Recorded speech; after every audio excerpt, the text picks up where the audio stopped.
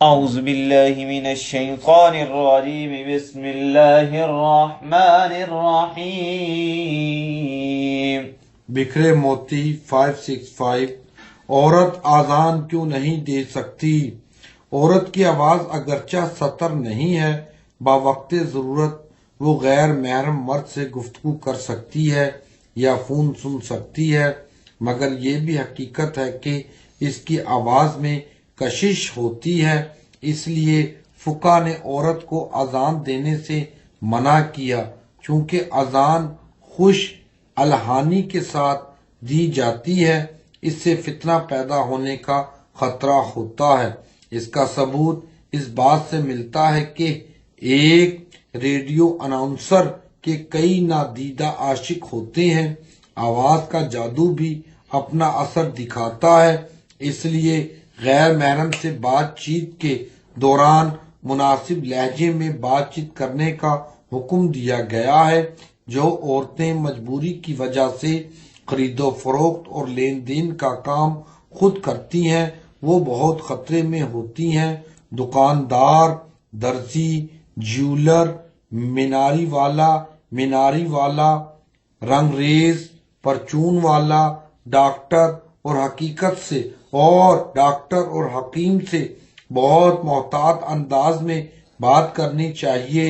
مرد لوگ تو پہلے ہی عورت کو شیشے میں اتارنے کے لیے تیار ہوتے ہیں، اگر کوئی عورت ذرا سا ڈھیلا پن دکھائے تو بات بہت دور نکل جاتی ہے۔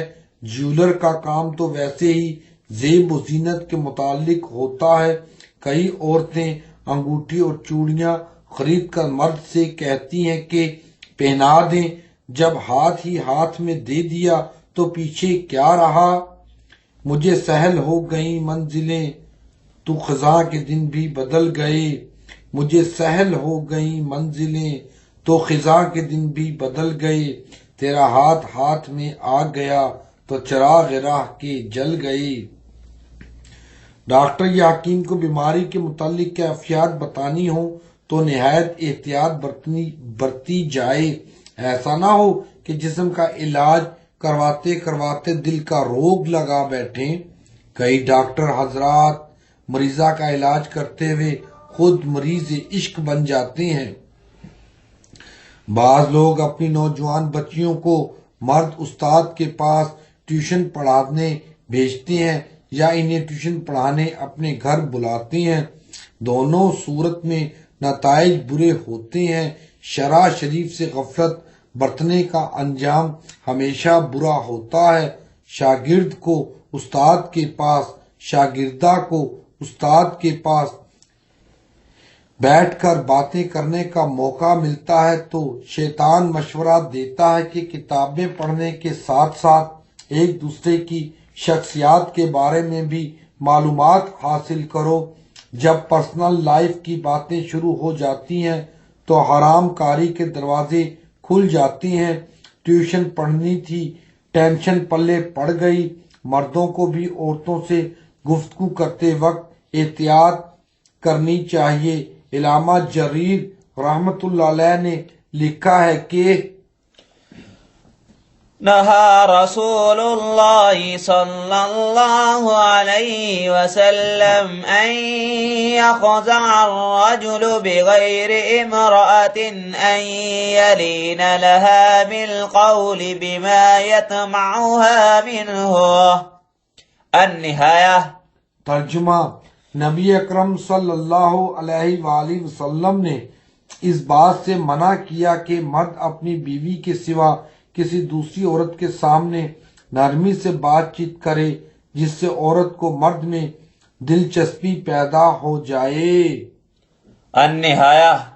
بعض لڑکیاں حالات کی مجبوری کا بہانہ بنا کر دفتروں یا کارخانوں میں مرد حضرات کے شانہ بشانہ کام کرتی ہیں۔ شیطان کے لیے ان لڑکیوں کو زنا میں پھنسانا بائیں ہاتھ کا کھیل ہوتا ہے۔ اکثر اوقات تو افسر ہی عزت کا ستیہ ناش کر دیتا ہے، ورنہ ساتھ مل کر کام کرنے والے لڑکے ہی میل ملاپ کی راہیں ڈھونڈ لیتے ہیں۔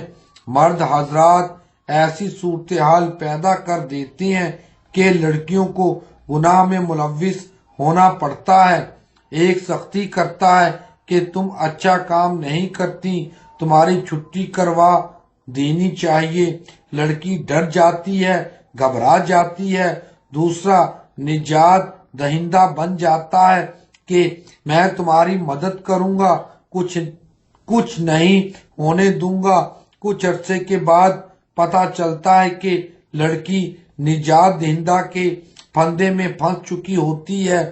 دفتر میں کام کرنے والی لڑکیوں کو کم یا زیادہ ایسے ناپسندیدہ واقعات پیش آتے رہتے ہیں۔ پانچوں انگلیاں برابر نہیں ہوتی۔ وہ نوکری پیشہ خواتین جو کم گو ہوتی ہیں کسی مرد پر اعتبار نہیں کرتی، نہ ہی کسی سے اپنی زندگی کے بارے میں تبادلہ خیالات کرتی ہیں، بس کام سے کام رکھتی ہیں۔ جو مرد ان سے لوز ٹاک یعنی آزاد گفتگو کرنے لگے اسے ڈانٹ پلا دیتی ہیں، اگرچہ وہ دفتر میں سڑیل مشہور ہو جائیں مگر کم از کم اپنی عزت بچا لیتی ہیں۔ غیر محرم سے باتیں کرنا بھی زنا کے اس باب میں سے ایک بڑا سبب ہے۔ اسی لیے قرآن مجید نے حکم دیا ہے عورتوں کو کہ اگر انہیں کسی وقت غیر محرم مرد سے گفتگو کرنے کی ضرورت پیش آ جائے تو اپنی آواز میں لوچ اور نرمی پیدا نہ ہونے دیں، نہ ہی پرتکلف انداز سے چبا کر اور الفاظ کو بنا سوار کر باتیں کریں۔ ارشاد باری تعالیٰ ہے فلا تغضن بالقول فيطمع الذي في قلبه مرض وقلن قولا معروفا۔ سورت احزاب آیت 32 ترجمہ۔ اور نہیں چبا کر باتیں کرو، اور نہیں چبا کر باتیں کرو کہ جس کے دل میں روگ ہو وہ تمنا کرنے لگے، اور تم معقول بات کرو۔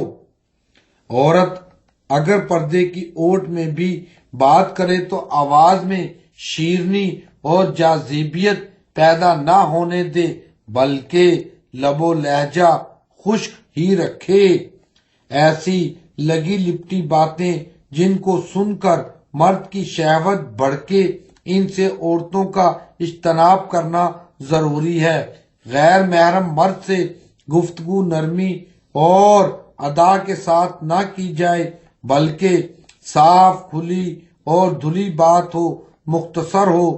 جو بات دو فکروں میں کہی جا سکتی ہے اس کو ایک میں ہی کہے تو بہتر ہے۔ مرد کو بھی خواہ مخواہ ایک سے دوسری بات کرنے کی ہمت نہ ہو سکے۔ جب غیر محرم مرد اور عورت کے درمیان بے جھجک بات کرنے کی عادت پڑ جاتی ہے تو معاملہ ایک قدم آگے اور بڑھتا ہے، یعنی ایک دوسرے کو دیکھنے کو دل چاہتا ہے۔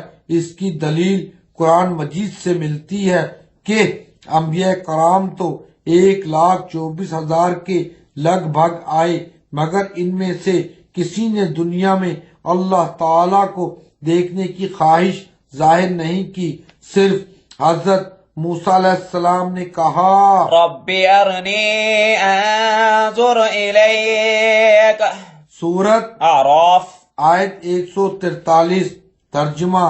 اے میرے پروردگار مجھے اپنا دیدار کرا دیجئے۔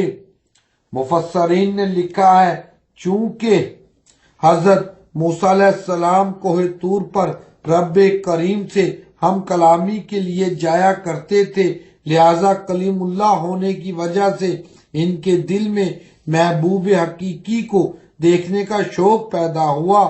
اس سے ثابت ہوا کہ بات سے بات بڑھتی ہے، پہلے بات کرنے کا مرحلہ طے ہوتا ہے، پھر دیکھنے کی نوبت آتی ہے جب دیکھ لیا جائے تو ملاقات کا شوق پیدا ہوتا ہے، دل کہتا ہے کہ تو خدا ہے نہ میرا عشق فرشتوں جیسا، دونوں انسان ہیں تو کیوں اتنے حجابوں میں ملیں۔ جب حجاب اتر جاتا ہے تو میل ملاپ کا سلسلہ شروع ہو جاتا ہے، جس کا نتیجہ ذلت و رسوائی کے سوا کچھ نہیں ہوتا۔ فلا تخضعن بالقول فيطمع الذي في قلبه مرض وقلن قولا معروفا۔ سورت احزاب آیت 3-2 ترجمہ، اور نہیں چبا کر باتیں کرو، اور نہیں چبا کر باتیں کرو کہ جس کے دل میں روگ ہو وہ تمنا کرنے لگے، اور تم معقول بات کرو۔ جزاک اللہ۔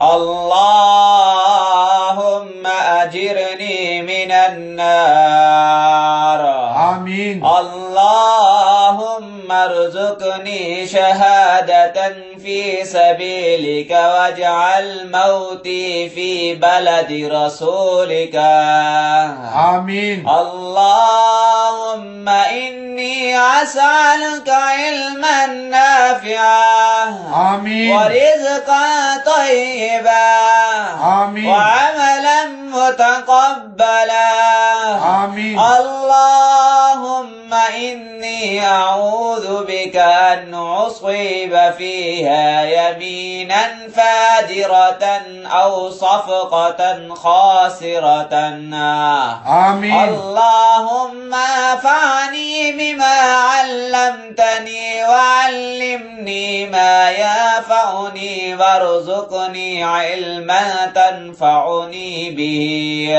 آمین۔ اللهم اكفني بحلالك عن حرامك وأغنني بفضلك عما سواك، آمین۔ أوفيتني أوفى الله بك، آمین۔ اللهم بك أحاول وبك أصاول وبك أقاتل، آمین۔ اللهم أعني على ذكرك وشكرك وحسن عبادتك، آمین۔ رضيت بالله ربا وبالإسلام دينا وبمحمد نبيا، آمین۔ جزا الله عنا سيدنا محمد صلى الله عليه وسلم ما هو أهله، آمین۔ اللهم إنك عفو تحب العفو فاعف عني يا غفور يا غفور يا غفور، آمین۔ بسم الله توكلت على الله لا حول ولا قوة إلا بالله العلي العظيم، آمین۔ اللهم أنت الصاحب في السفر والخليفة في الأهل، آمین۔ اللهم أحسن عاقبتنا في أمور كلها واجرنا من خزي الدنيا وعذاب الآخرة، آمین۔ اللهم اهدني وارزقني وآفني وارحمني، آمین۔ جزا الله عنا سيدنا محمدا صلى الله عليه وسلم ما هو أهله، آمین۔ اللهم بارك لنا فيها، آمین۔ اللهم إني ضعيف فقو في رضاك ظروفي وخذ إلى الخير بناصيتي واجعل الإسلام منتهى رضاي، اللهم إني ضعيف فقوّني وإني ذليل فأعذني وإني فقير فأغنني يا أرحم الراحمين. آمین. صلى الله تعالى عليه وعلى آله وأهل بيته أجمعين. آمین. جزاک اللہ. 11/3/2015. اللہ اکبر.